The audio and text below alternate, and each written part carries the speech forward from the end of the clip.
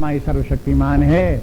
परमात्मा के स्थान में जो हमारा अहंकार आ गया, अपने मन बुद्धि में, शरीर आदि में अपने मन बुद्धि में आईनेस लगने लगी, ये अहंकार बाधक है। इस अहंकार को मिटाओ, उसके स्थान में कहो परमात्मा ही सब कुछ है, वही अपना स्वरूप है, वही अंतिम सत्ता है, हम उससे भिन्न नहीं है। इस प्रकार से रखो तो नमस्कार हो गया। जो कुछ कार्य कर रहे हो सुबह से शाम तक, वो सब कार्य परमात्मा के लिए करो। कर्मयोग हो गया, परमात्मा के यजन हो गया, यज्ञ हो गई। प्रेम अपने हृदय को परमात्मा में लगाओ, परमात्मा में ही प्रेम रखो, आसक्ति मत रखो, प्रेम रखो परमात्मा में। संसार में जैसे आसक्ति होती है, परिवार आदि में, धन संपत्ति आदि में आसक्ति होती है, वो आसक्ति मत रखो। इसके स्थान में परमात्मा का प्रेम रखो, भक्ति रखो और परमात्मा का ज्ञान भी प्राप्त करो, क्योंकि इन सब साधनों से अंततः परमात्मा का तत्व ज्ञान प्राप्त होगा। अभी अभी देख चुके हैं, कल परसों भगवान ने कहा कि देखो जो इस प्रकार से साधना करेगा वो मेरी भक्ति के द्वारा, भक्ति के बल पर उसे क्या होगा, ततो माम तत्व तो ज्ञात्वा हाँ विशते तदनंतरम हो, तो फिर वो तत्व से मुझे जान लेगा और मुझ में ही बात करेगा। तो परमात्मा तक पहुंचना, परमात्मा में बात करना कब संभव है, जब परमात्मा का ज्ञान हो। इसलिए अंतिम बात ये कहने में सबसे अंतिम बात पहले कही, नंबर 2 बात उसकी बाद में कही, नंबर 3 बात जो उससे नीचे की फिर कही उसके बाद। लेकिन साधना का क्रम के हिसाब से कहो तो पहले नमस्कार करो, फिर परमात्मा के लिए निष्काम कर्म योग करो, उसके बाद परमात्मा में भक्ति करो, फिर परमात्मा को तत्वता जानो और फिर परमात्मा में बात करो। बस मामेव एष्यसि, ऐसा करने पर ये रास्ता क्या हो गया, परमात्मा में जाकर के परमात्मा को प्राप्त हो गए और परमात्मा में ही वास करने लगे। अब एष्यसि माने लगता है जाना, जाएगा जाएगा जाएगा फिर परमात्मा तक पहुंचेगा, वहां वास करने लगे। इसके माने कोई शरीर जाएगा वहां तक, कोई शारीरिक यात्रा है परमात्मा तक जाने के लिए, कोई शरीर तो नहीं जाएगा परमात्मा तक, शरीर तो जहां का तहां रह जाएगा। जाने वाला कौन है, जो बाह्य जगत में आसक्तियां रखने वाला है, उन आसक्तियों को छोड़ेगा। शरीर में जो आसक्ति रखे हुए, शरीर की आसक्ति को छोड़ेगा, वो जाएगा। जो प्राण में आसक्ति रखे हुए है, मन में आसक्ति रखे हुए है, इनकी आसक्तियों को छोड़ता हुआ आगे जाएगा। तीनों शरीरों की आसक्तियों को छोड़ करके तीनों शरीरों से बाहर जाएगा। ये जाने वाला जो है वो वही जाएगा और जाकर के परमात्मा तक पहुंचेगा और परमात्मा में वास करेगा। ये भगवान ने बता दिया, सार संक्षेप बात ये, और सब गीता में इसी का विस्तार किया गया। अब इसके बाद में ये बात तो हो गई इसमें। अब अगले श्लोक में आप देखो, ये बहुत प्रसिद्ध श्लोक जो रोज बोलते रहते हैं वो आ गया। सर्वधर्मान परित्यज्य मामेकं शरणं व्रज, अहं त्वा सर्वपापेभ्यो मोक्षयिष्यामि मा शुचः। सर्वधर्मान् परित्यज्य मामेकं शरणं व्रज, अहं त्वा सर्वपापेभ्यो मोक्षयिष्यामि मा शुचः।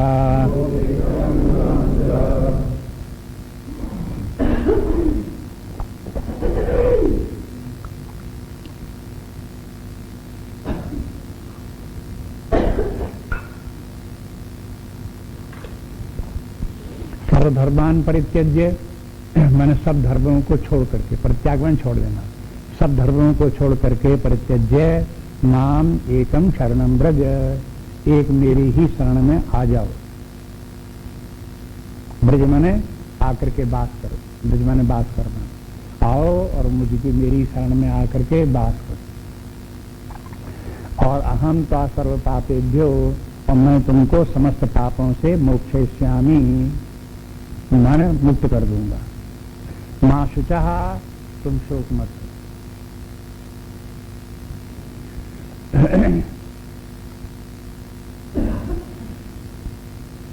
ये तुम शोक मत करो, ये अंतिम बात है। तुम शोक मत करो। गीता को कहते हैं, गीता का प्रारंभ कहाँ से हुआ? हाँ, कि शोक के वहां से दूसरे अध्याय में जब भगवान ने 11वें श्लोक में सबसे पहले बताया, अशोचान बसोचस्तम प्रज्ञाबादान सुभाष से, वहां से यही सोचा तो जहां शोक नहीं करना चाहिए वहां तुम शोक कर रहे हो। और अंत में क्या बोले कि मां सुचाहा तुम शोक मत करो। तो कुछ लोगों का ये कहना है कि गीता है किस लिए? शोक करने वाले लोगों के लिए है। ये गीता का ज्ञान को सीखेंगे तो उनका शोक दूर हो जाएगा। शोक करने वाला यदि गीता को सुने, समझने की कोशिश करे तो धीरे धीरे शोक से वो निवृत्त हो जाएगा। अंत में भगवान ने कह दिया तुम शोक मत करो, शोक का कोई कारण नहीं है। तो शरीर में कहा था असोचा ने वो सोचा जिस बात पे शोक नहीं करना चाहिए तुम शोक करते हो। अंत में कह दिया कि शोक मत करो। अब जो शोक उत्पन्न होता लोग कहें वो तो होता है मन में, कैसे दूर हो जाएगा? हो जाएगा दूर। भगवान ने कहा कि देखो जो प्रक्रिया जीवन जीने का जो तरीका हमने बताया है, जैसे विचार होना चाहिए, जैसा जीवन होना चाहिए, जिस प्रकार से भी लोगों के कार्यक्रम जीवन के होने चाहिए, वो अगर अपनाओगे तो ये सब शोक दूर हो जाएगा।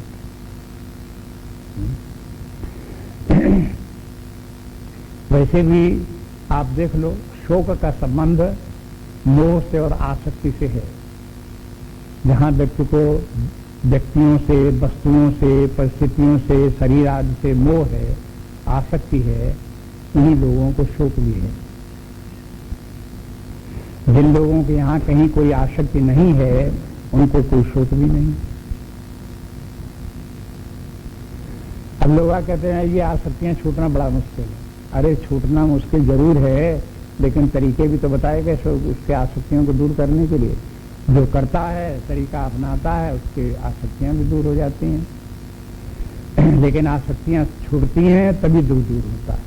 तो जिन लोगों के मन में ये बात चढ़ गई कि हमारा दुख दूर हो जाना चाहिए और दुख का संबंध आसक्तियों से है, तो अगर कोई व्यक्ति चाहे कि आसक्तियां बनी रहें और दुख दूर हो जाएं, ये तो दुराशा मात्र है। इसे कहाँ हुआ जाता है? अब दो में से आप एक का चयन कर लो, चाहे दुखी बने रहो, हाँ, और चाहे आसक्तियां।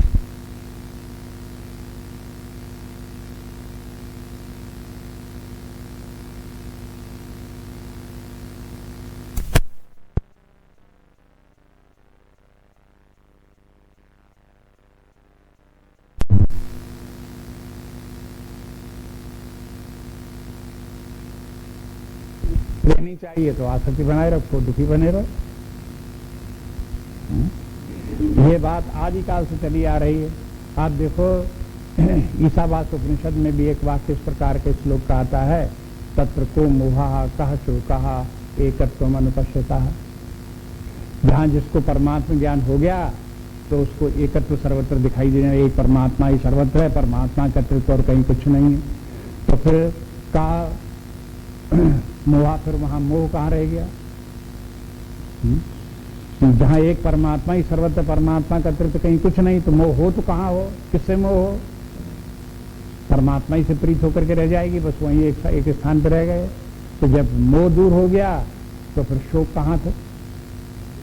शोक भी उसी के साथ समाप्त हो गया।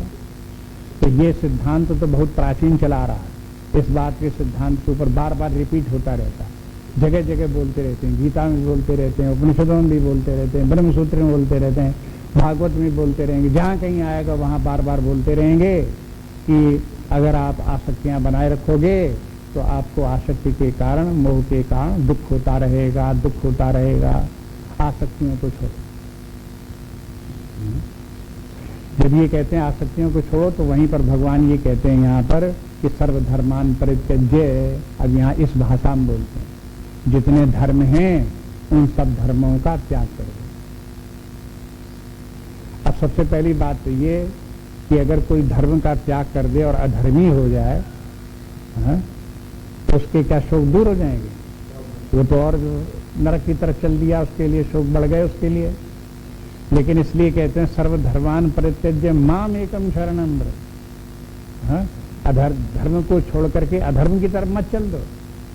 धर्म को छोड़ो और परमात्मा की तरफ चलो। माम एकम शरणम, इसीलिए सर्वधर्मान परित्यज्य के साथ साथ दूसरी बात ये माम एकम शरणम व्रज, धर्म को छोड़ो और परमात्मा में समर्पण करो। परमात्मा को प्राप्त करनी, धर्म को पकड़े मत बैठे रहो।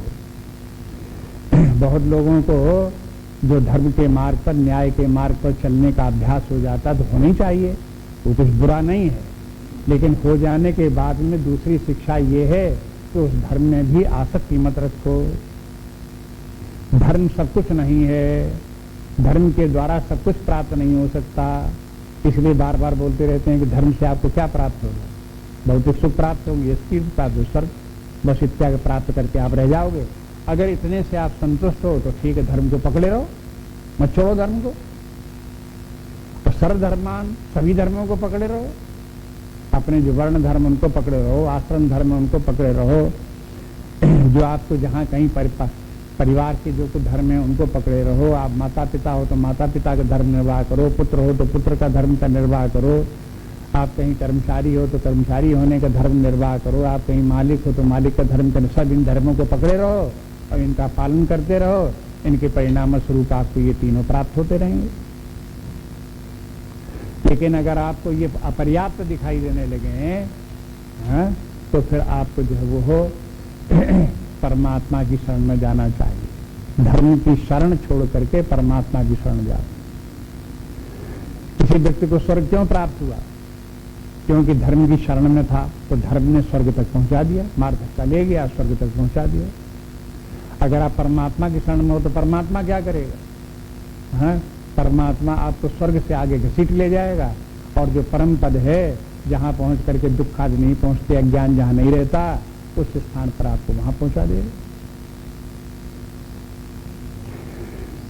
अब धर्म के संबंध में थोड़ा और जानो। धर्म को दो प्रकार से देखना चाहिए, एक कारण धर्म और एक कार्य धर्म।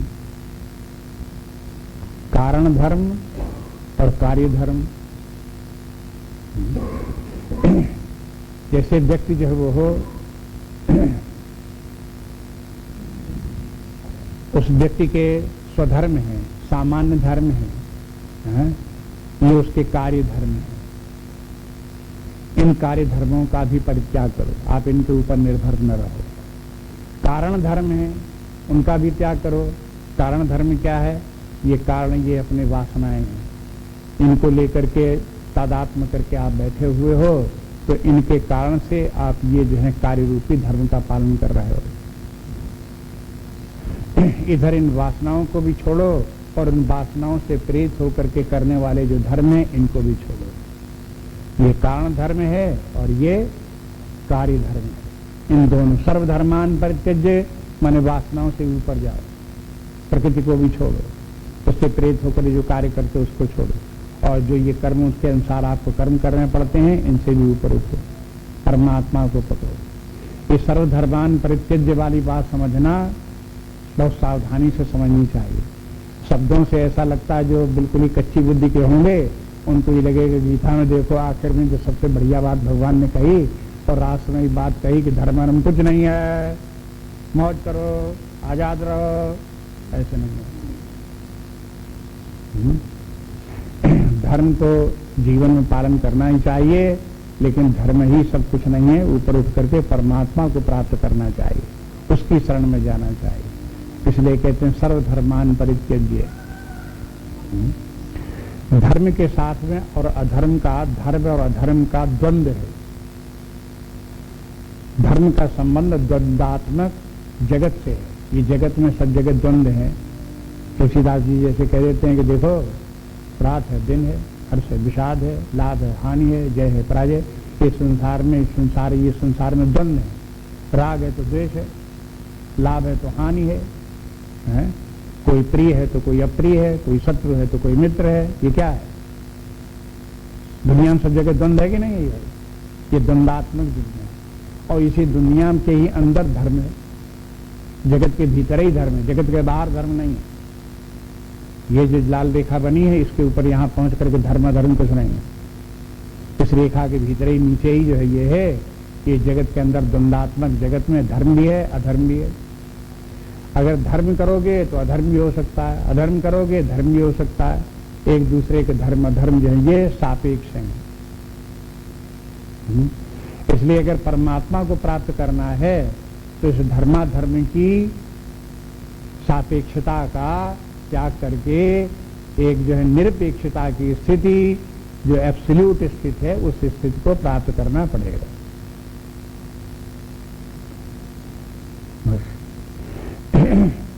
लेकिन अब आप ध्यान दो तो देखने में यही आता है कि चाहे बार बार रोज कहते रहो सर्वधर्मान परित्यज्य मामेकं शरणं व्रज, लेकिन क्या कहते रहेंगे हैं कि भाई ये तो ठीक नहीं है, अरे भाई ये तो ठीक नहीं है, ऐसा ठीक नहीं है, ऐसा ठीक है, ये धर्म है, ये अधर्म है, ये फलाना है, ये फलाना, बस बात उसी के अंदर रहेंगे। ये कभी कल्पना भी नहीं कर सकते हैं कि धर्माधर्म से ऊपर उठ करके भी कोई स्थिति हो सकती है और उसका कभी विचार करना चाहिए, उस स्थिति में जाकर के रहना चाहिए। नहीं समझना चाहिए। तो बहुत अकल काम की, बहुत अकल काम की तो धर्म तक पहुंच गए कि हाँ धर्म बहुत ठीक है, न्याय बहुत ठीक है, ईमानदारी बहुत ठीक है, सच्चाई बहुत ठीक है। बस इसके आगे फिर कहीं कुछ बुद्धि काम नहीं करती। इसीलिए कहते हैं कि देखो ये गुह्यतम बात है, गुह्यतम बात, मोस्ट सीक्रेट। इस बात को समझना मुश्किल। यदि कहीं कोई व्यक्ति इस प्रकार से धर्म से ऊपर उठ करके कोई कार्य करने के लिए, जीवन जीने के लिए स्थित हो तो व्यक्तियों को सबके आंखों में खटकने लगता है। रामकृष्ण परमहंस ने काली देवी की आरती पुजारी को उठाई, उनकी आरती करें, सुबह करें, शाम करें, यहां तक करें, तहां तक तो सब ठीक। सबने कहा बहुत अच्छी बात, बड़ी अच्छी आरती करते हैं, बड़े प्रेम से आरती करते हैं। लेकिन जब उन्होंने रामकृष्ण परमहंस ने उधर आरती घुमाने के बाद में जरा आरती अपने मुंह की चारों तरफ घुमाई, बस सबकी आंखें टेढ़ी हो गई। ये क्या करते हो तुम, इधर कैसे तुम ये आरती घुमाने लगी, ये सब तुमने क्या कर दिया, ये क्या तुमने कर, पागल हो गए क्या, पागल हो, बस हाय हाय बच्ची। दुनिया की यही बात, जब तक धर्म के मार्ग तक चलता रहे, लेकिन धर्म से ऊपर उठ करके जहां आगे व्यक्ति बढ़ने लगे तो बस हाय हाय होने लगे, क्योंकि वो जानते ही नहीं कि उसके आगे की क्या स्थिति है, जीवन का क्या रूल है।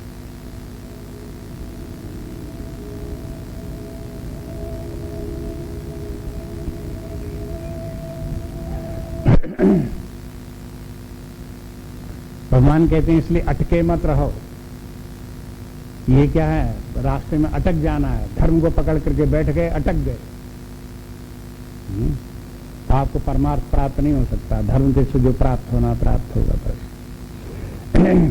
लेकिन इसके अब कहते हैं कि इससे बाद में होगा क्या, जब माने परमात्मा की शरण में चले गए तो उसका फल भी बता देते हैं। कहते हैं कि सर्व पापेभ्यो मोक्षयिष्यामि, मैं तुमको सब पापों से छुटकारा दिला दूं। अब ये सब पाप क्या है, देखो एक पाप तो वो है, अधर्म का करने से व्यक्ति को पाप होता है, पाप से नरक होता है, दुख होता है। एक तो पाप ये है, ये पाप तो दूर हो जाता है, व्यक्ति धर्म के मार्ग चलेगा तो ये पाप और पाप का दुख उसको नहीं होगा। लेकिन इस धर्म में भी पाप घुसा बैठा है। अगर आपको धर्म के भीतर घुसा हुआ पाप नहीं दिखाई देता तो आप धर्म नहीं छोड़ सकते, आप धर्म ही को पकड़े बैठे रहोगे।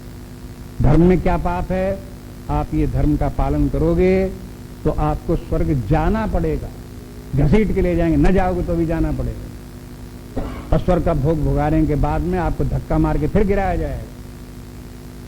ये धर्म का पाप।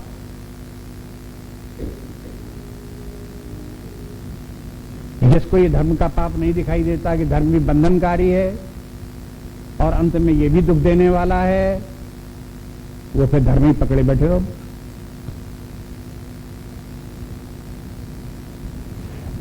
उससे बाहर निकलो, धर्म से ऊपर उठोगे तो फिर आपको तब ये जो धर्म का बंधन है और स्वर्ग आदि के जाने आने का, पुनर्जन्म इत्यादि का जो है वो परमात्मा पहुंचे तो ये पाप भी आपका दूर हो गया। सर्व पापेभ्यो, सर्व पापेभ्यो माने ये अधर्म का जो पाप है उससे तो छूटी जाओगे, जो धर्म का जो पाप है बंधनकारी, उससे भी छूट जाओगे। सर्व पापेभ्यो मोक्षयिष्यामि।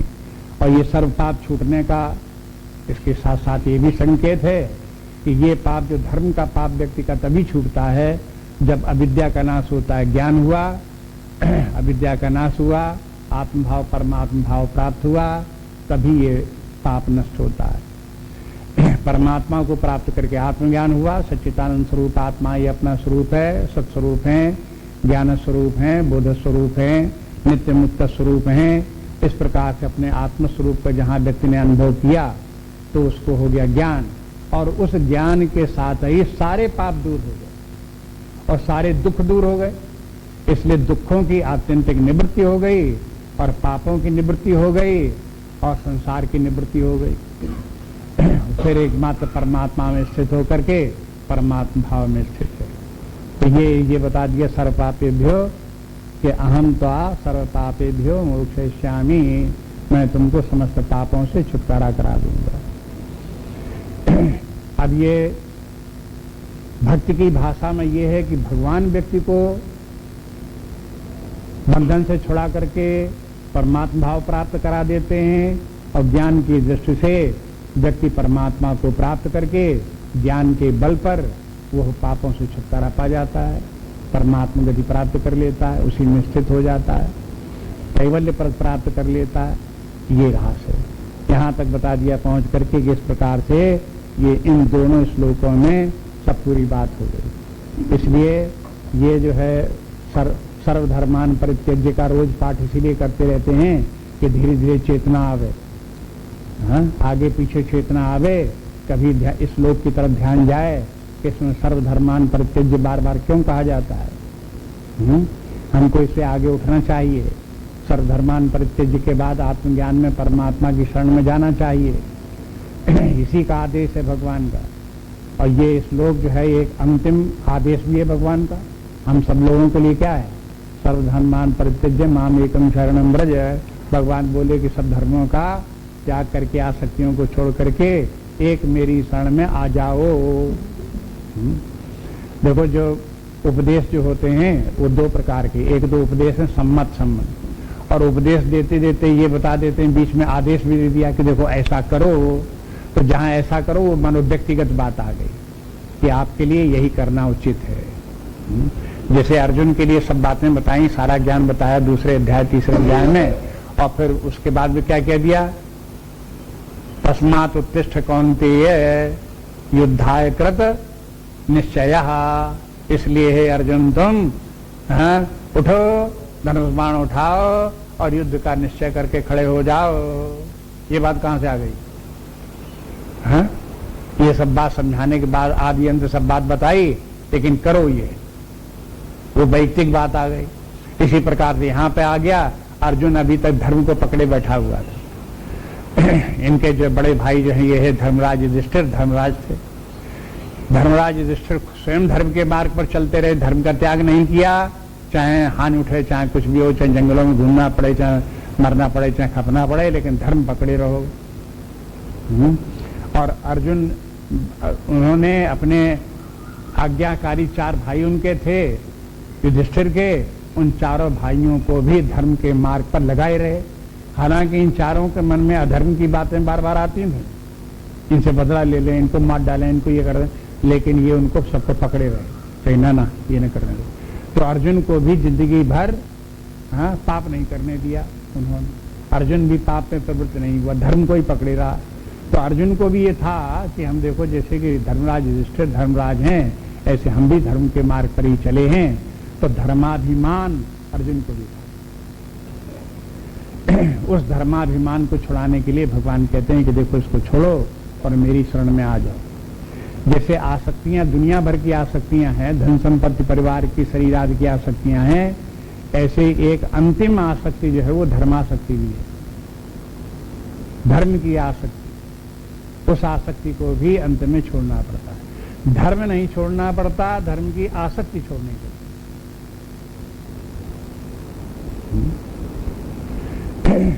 व्यक्ति को दुनिया में जहां जो कुछ छोड़ना है तो दुनिया नहीं छोड़नी पड़ती, जो दुनिया में आसक्ति वो छोड़नी पड़ती। शरीर नहीं छोड़ना पड़ता है, शरीर में जो आसक्ति है वो छोड़नी पड़ती है। ऐसे ही धर्म नहीं छोड़ना पड़ता है, धर्म में जो आसक्ति है वो छोड़नी पड़ती है। धर्मासक्ति छोड़ दी, धर्म छूट गया बस। और यही उपदेश अंत में तुलसीदास जी को भी देना पड़ा। जब रामायण समाप्त हो गई तब सुनो तात माया कृत गुण और दोष अनेक, गुण ये उभय न देखिए, देखिए सो अविवेक। बस उसी को अपनी भाषा में तुलसीदास ने बदल कर दिया। वहां गुण दोष बता दिया, यहां जो धर्माधर्म बताया वहां गुण दोष बता दिया। धर्म गुण है और पाप दोष है। बस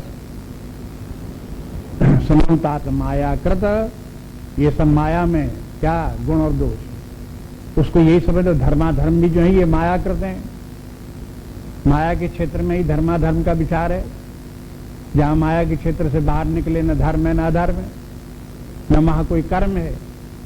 जब वहां कोई कर्म ही नहीं है, आत्मा अकर्ता भोक्ता निष्कर्म है, तो वहां धर्म कहां से आ जाएगा। इस प्रकार की स्थिति है, बता दिया। बस यहां से समाप्त हो गया। अब इसके आगे के जितने भी श्लोक हैं वो समापन के श्लोक, उपदेशात्मक शिक्षा के नहीं हैं, बल्कि समापन के संबंध में जो कुछ बातें और कहनी चाहिए वो बातें आगे के श्लोकों में हैं। जैसे एक श्लोक देखो, अगला श्लोक है, इदं ते ना तपस्काय ना भक्ताय कदाचन न चाश्रुश्रूश्रवे वाच्यम न च माम यो विसूयति। इदं ते ना तपस्काय ना भक्ताय कदाचन न चाशुश्रूषवे वाच्यम न च माम यो विसूयति। इदम न वाच्यम, ये ज्ञान उसको नहीं बताना चाहिए। किसको नहीं बताना चाहिए? अब ये बातें इसमें आ गई, किन किन को ये ज्ञान नहीं बताना चाहिए। नंबर एक, ना तपस्काय, जो तपस्या नहीं करता उसे नहीं बताना चाहिए। ना अभक्ताय, जो भगवान का भक्त न हो उसे भी नहीं बताना चाहिए। न चा अश्रूषवे, और जो सेवा कार्य न करता हो, जिसको सुनने की इच्छा न हो, जिसको सुनने की इच्छा न हो, सुनना न चाहता हो, जिज्ञासा न हो, उसको भी नहीं सुनाना चाहिए। और न च योग्य अभ्यसूयति, अभ्यसूयत के माने दोष दृष्टि देखना, दोष निकालना। जो इसमें दोष दिखाता हो, अरे ये सब ज्ञान चौपट कर देने वाला है, ये तो जिंदगी का नाश कर देने वाला है, ये तो समाज को भ्रष्ट कर देने वाला है, ये तो लोगों को आक्रमण बना देने वाला, ऐसे निंदा करने वाले इस ज्ञान के हैं। कहते भाई तुम अपने काम में लगे रहो और अपना उद्धार किए रहो, देश को अभी आप अपने संपन्न बनाए रहो और खूब अपने जहां लगे हो तहां लगे रहो, आपको इस ज्ञान की जरूरत नहीं है। उसको ये ज्ञान नहीं सुनाना चाहिए। जो कहे कि संसार के इंद्रिय भोग ही बहुत हैं, ये सब इंद्रिय भोग इतने ज्यादा सुखदायी हैं, इनको कैसे छोड़ा जाए, इनको नहीं छोड़ना चाहिए, इंद्रिय निग्रह करना ठीक नहीं है, इंद्रिय संयम करना ठीक नहीं है, ऐसा कहता उसको भी नहीं सुनाना चाहिए। ये हो गया ना तपस्काय, तपस्या के माने इंद्रिय निग्रह मनोनिग्रह। जो इस बात के लिए तैयार न हो उसे भी नहीं सुना। ना भक्ता है, जिसकी की भक्ति माया में ही हो, संसार में जिसकी भक्ति हो, परिवार में जिसकी भक्ति हो, उसको भी ये नहीं सुनाना चाहिए। ये सब भगवान ने कहा कि क्यों नहीं सुनाना चाहिए? इसका कारण ये कि अगर ऐसे व्यक्तियों को सुनाओगे तो पहली बात तो उनको इससे कोई लाभ नहीं होगा। जो सुनाने वाला व्यक्ति है उसको भी डिप्रेशन हो सकता है कि देखो हमने इतना मेहनत करके सुनाई और इसने जरा भी ध्यान नहीं दिया, परवाह नहीं की, उसको भी अपने ऊपर ही लगने लगे कि देखो हमने बेकार इसके साथ में खुपर बच्ची की थी, बेकार में इतना सब बताया, इसलिए भी नहीं सुनाना चाहिए। और सबसे बड़ी बात यह कि जो अनधिकारी व्यक्ति को ये सब अध्यात्म विद्या सिखाओ तो ये उल्टा काम करती है। उल्टा काम करने माने बजाय उस व्यक्ति का कल्याण करने के उसका नुकसान कर देती है। इसको दुधारू तलवार की तरह कहा जाता है। वो एक तलवार जिसमें दोनों तरफ धारें हों। इस तरह से एक धार से तो ये ज्ञान व्यक्ति का कल्याण करने के लिए जितनी आसक्तियां, बंधन हैं, पाप हैं, उन सबसे छुड़ा करके मुक्ति भी कर सकता है। और दूसरी तरफ यही तलवार व्यक्ति को उसका गर्दन काट के और अधोगति को पहुंचा सकती है। उसकी जो कुछ जहां कहीं है भी वहां से भी उसका पतन हो जाए। इसलिए अनधिकारी व्यक्ति को ये ज्ञान नहीं सुनाना चाहिए। अनधिकारी व्यक्ति इसका मिस इंटरप्रिटेशन करते हैं, गलत अर्थ लगाते हैं। इसके ऊपर, गीता के ऊपर तो कितने भाष्य लिखे गए और ये आचार्यों ने सब लिखे, इसको समझाने की बहुत कोशिश की। लेकिन आपको नहीं मालूम होगा कि ऐसे भी भाष्यकार हुए हैं जिन्होंने गीता के हर बात का खंडन किया है और सब में दोष ही दोष दिखा दिए।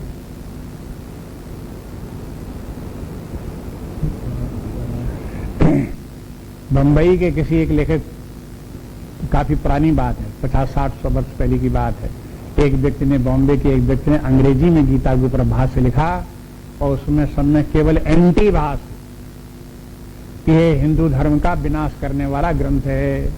संसार में कोई भी इस ग्रंथ को अगर पढ़ेगा, सीखेगा तो उसका भी विनाश हो जाएगा। बस अब उसको सबकी उसने व्याख्या दी कि देखो कैसे विनाश हो जाएगा, सब बताता चला गया। इससे ये पता चलता है कि देखो ये ग्रंथ अनधिकारी व्यक्ति का इस प्रकार से हानिकारक भी सिद्ध हो सकता है, उसकी बुद्धि को बिगाड़ भी सकता है। इसलिए ये नहीं सुनाना चाहिए। अश्रुस्वे न वाच्यम, जिसको सुनने की इच्छा न हो उसे भी सुनना सुनावे, घेर घा के जबरदस्ती न सुनावे उसको। जब सुनने की इच्छा हो तो सुनावे, सुनने की इच्छा नहीं होगी फिर भी आप उसे सुनाओगे तो क्या होगा? भैंस के आगे बीन बजी और भैंस खड़ी पगुरा है, वे अपने उनको वो इतना झीमने लगेंगे, इतना झूमने लगेंगे कि आपको लगेगा कि मस्त हो गए हैं सुनते सुनते। वो ज्ञान का भंडार उनके भीतर इतना जो है भर गया है कि कुठला की तरह से हिल रहा है, कुठला उसके ऊपर भीतर भरता चला जा रहा है। लेकिन हो क्या रहा है वहां पर, वो उल्टा जैसे घड़ा रखा हो, उसके ऊपर पानी डालो सब इधर उधर बह जाता, उतर एक बूंद नहीं जाता। ऐसे जिनको इच्छा न हो उनको सुनाओगे तो ये दशा। ये बातें भी, इस प्रकार की बातें आगे रह गई हैं और भी भगवान सुनाते हैं, उसे कर देंगे। नान्या स्पृहा रघुपते हृदय स्मदीये, सत्यम बदामि च भवान अखिलांतरात्मा। भक्ति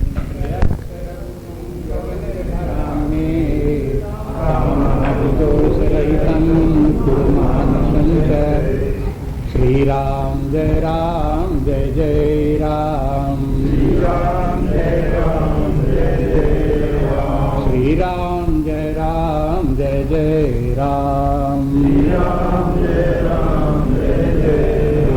श्री राम जय राम जय जय राम, श्री राम जय राम जय जय राम, श्री राम जय राम जय जय राम, श्री राम जय राम जय जय राम, श्री राम जय राम जय जय राम,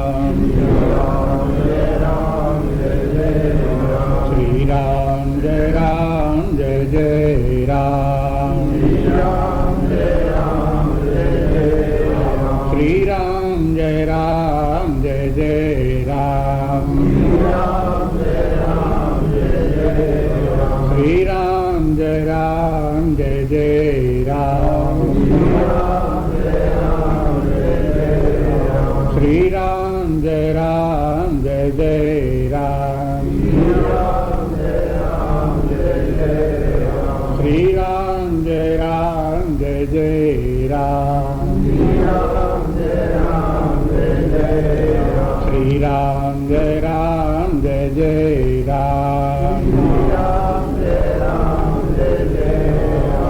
श्री राम जय जय राम, श्री राम जय जय राम, श्री राम जय जय राम, श्री राम जय जय राम, श्री राम जय जय राम, श्री राम जय जय राम, श्री राम जय जय राम, श्री राम जय जय राम, श्री राम जय जय राम, श्री राम जय जय राम, श्री राम जय जय राम, श्री राम जय जय राम, श्री राम जय जय राम, श्री राम श्री राम जय जय राम, श्री राम श्री राम जय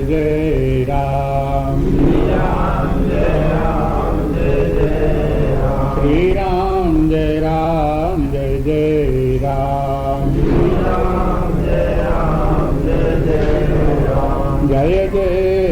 राम जय जय राम,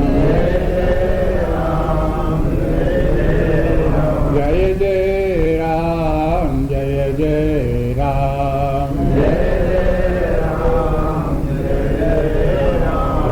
जय राम जय जय राम, जय जय राम जय जय राम, जय जय राम जय जय राम,